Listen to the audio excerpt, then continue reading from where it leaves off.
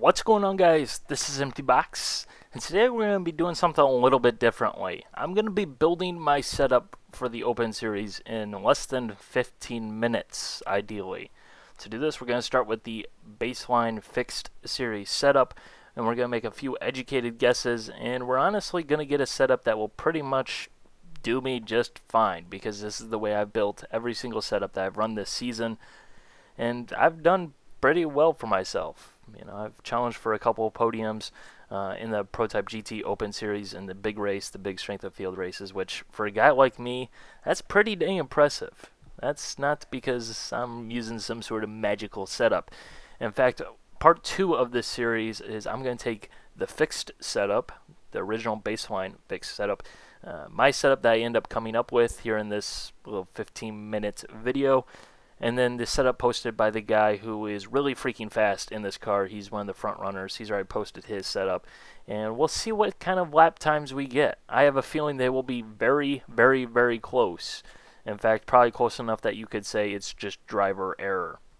A lot of setup issues just come down to driver preference on the road side of things. And that's kind of why I'm doing this video, to showcase that you really don't need to spend a whole lot of time to make a setup, because quite frankly, if you can't spend 15 minutes to make a setup, quote unquote, make a couple of clicks in the garage, then you probably shouldn't be racing. Now, in the interest of full disclosure, I have done a couple of laps already with the setup that you see on screen, which is pretty much a first take video, and things did go fine. This setup was perfectly fine, but I wanted to change the way I presented a couple of things in hindsight. So I'm going to cheat in a couple of different places here in the interest of saving time. Those will be the caster and brake bias. Both of those settings are 100% driver preference. I've seen fast guys run 65% brake bias. I've seen fast guys run 5.1 caster. I've seen fast guys run 8.8 or whatever it maxes out at.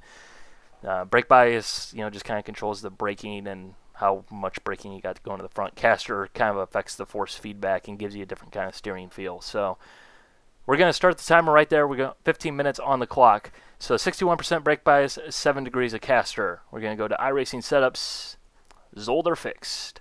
There we go. We're going to make our adjustments. Going the wrong way. 61, 7.0, and I do not change these settings, at least for the caster, depending on the track. So, right there, fixed setup with a couple of tweaks. Let's see where we're at.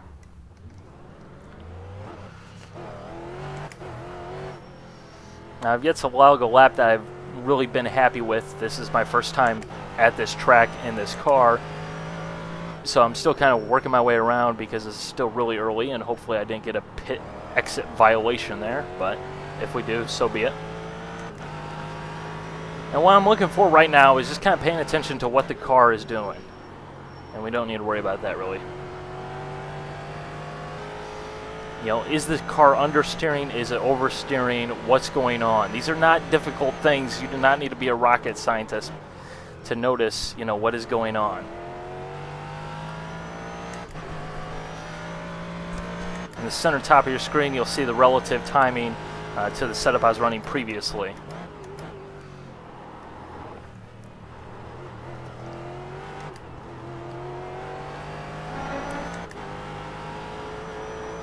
A lot of understeer there. So as you can see, the fixed setup isn't exactly a slouch. Although I do think we forgot one small thing, and that would be to change the fuel level. Yep, forgot to change the fuel level. Obviously, in the Open Series, we're going to need a full tank because we need to go as long as possible on one tank. But that's a small little change. That's not going to really affect things too terribly much. A lot of oversteer coming out of that corner, but that's pretty standard for any car here as far as I can tell. So a little bit of understeer there, not terribly bad. I could manage.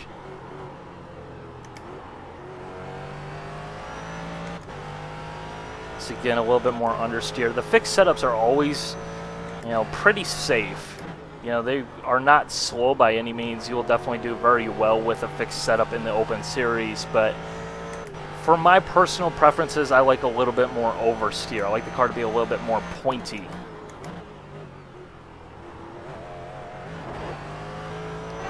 But then again, maybe that's a bad thing because the relative is looking pretty dang good, is it not?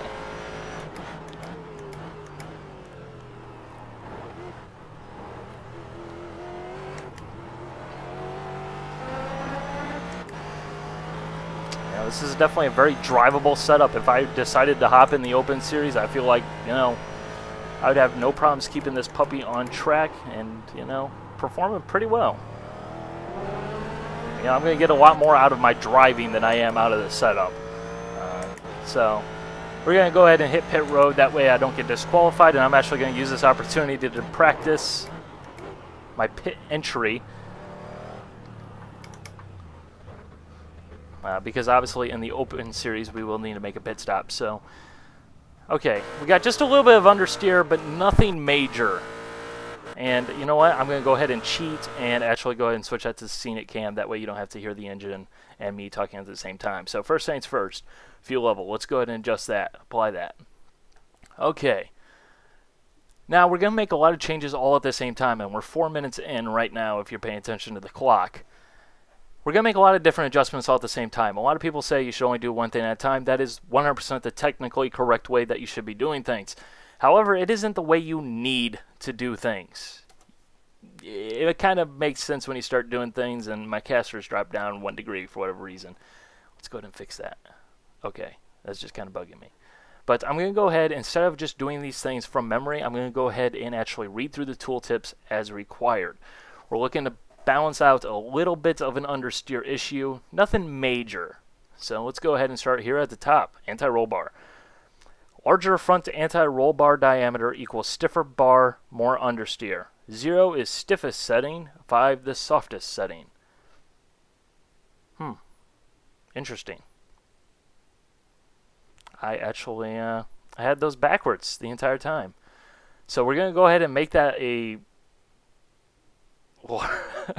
It just seems really backwards. So we're going to go ahead and make that a softer bar, which should give us less understeer according to the tooltip. We're just going to go ahead and read what we have in front of us. We went up 1 click there.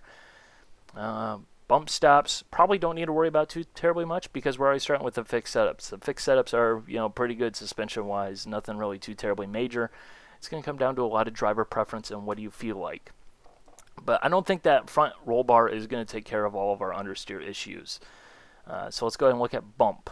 What's that bump going to do?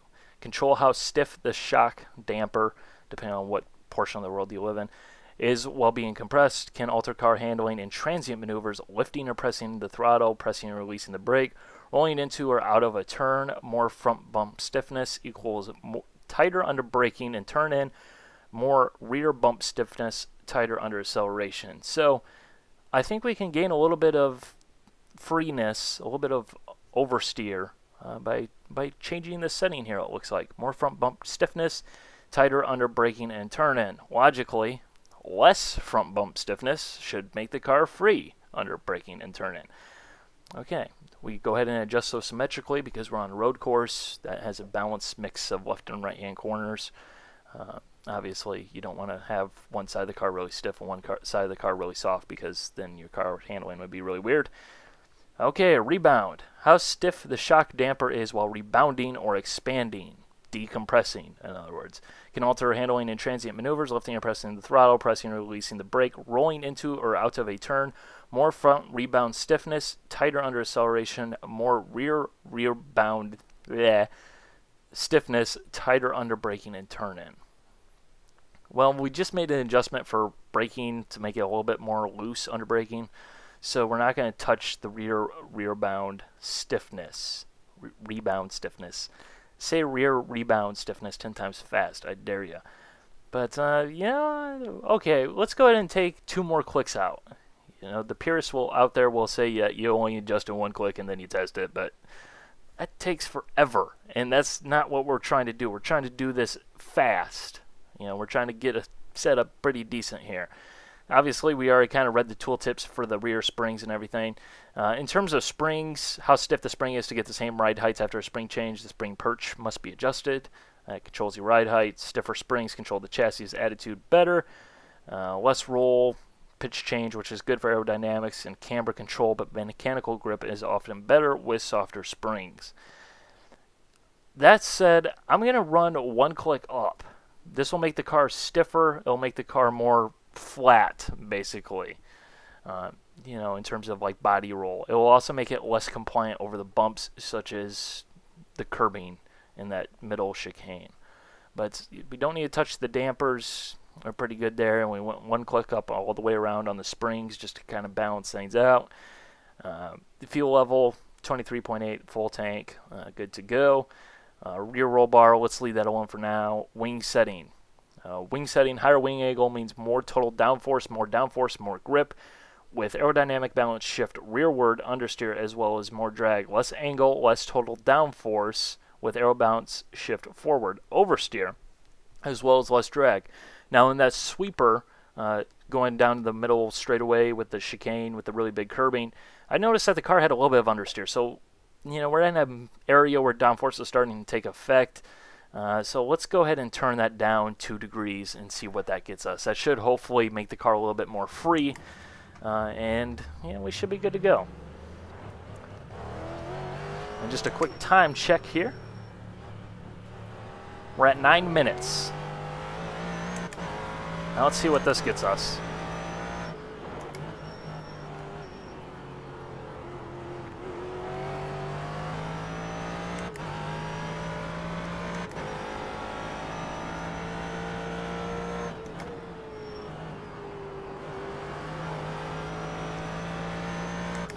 Car feels a lot more balanced through that corner there on the out lap. But again, let's get the tires going up to pressure and everything and all that good stuff and jazz. And we still haven't even touched the differential. Will we even need to? That's like the $1,000,000 question right now.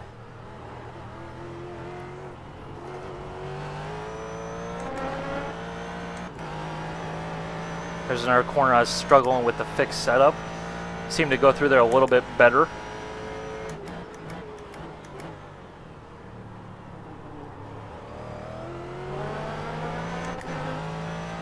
Feels like those stiffer springs help keeping the car more level, less resistance to pitch change. Really kind of helping under braking. Whoa, hitting that giant bump. Part of learning a new circuit in a new car. Hopefully that didn't mess our handling up. But we should be good. Gonna look for my brake point.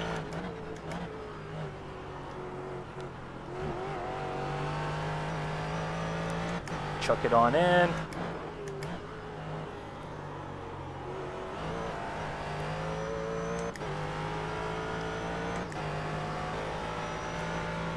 Oh yeah, the car feels a lot better with just those simple little changes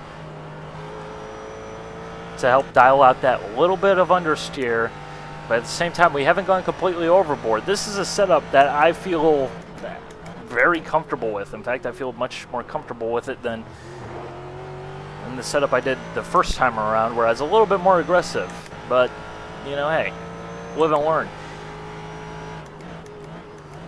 It would not have been difficult for me to go ahead and dial those changes out, you know, with even, 5 minutes of practice. Just kind of depends on what you're doing and how you're looking at it and really how much time you have to spend. The way I look at it, if you're practicing, feel free to make a setup change, because small little changes such as 2 clicks on your shocks is not going to completely alter your line. It's a small little change, and really it's just something that's more focused on drivability than it is raw speed.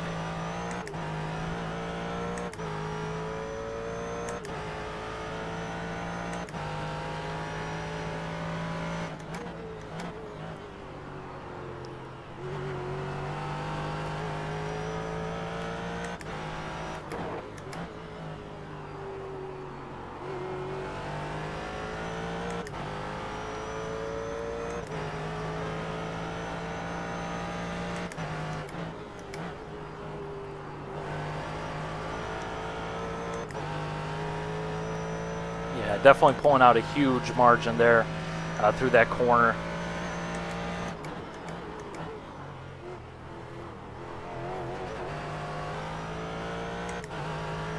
I would say that this is definitely a better lap than what my lap with a fixed setup was, but then again, that's also part of a setup, being more comfortable with the car, more able to push the limits, have the car better work for your driving style. You know, different drivers are going to have different driving styles. Some people might say that the fixed setup here, you know, oversteers like crazy and it's hard to control, but for me, I just feel dead slow with it because it understeers like none other.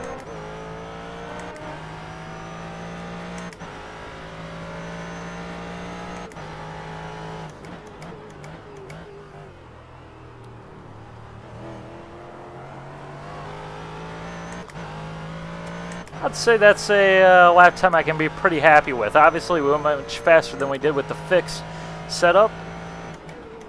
Let's see if we can back that lap up. You know, just a little bit of oversteer there, but you know, that's easily controlled, no issues. You know, a different line through there yielding a different result. You know, again, I'm still very new to the circuit in this car, so still learning things, but overall we got 14 minutes on the clock. We got 1 minute to spare, and we're to the point where honestly I won't make another setup change to this, pretty much guaranteed. And if I do, it's because I find something out in the race that I wouldn't find out in practice anyways, that probably wouldn't really make all that big of a difference. Just a small little thing that, you know, maybe I just decide, you know, hey, well, maybe as the fuel burns off, I can go ahead and just, you know, run a stiffer bar or something to get a little bit more understeer or something. But, you know, you're talking about a really small, minute change at that point, to the point where, you know, if you make that before the race, you make that call in warm-up, it's not going to affect the, you know, car handling all that much. It's not going to completely alter your lines or change the dynamics or anything like that. So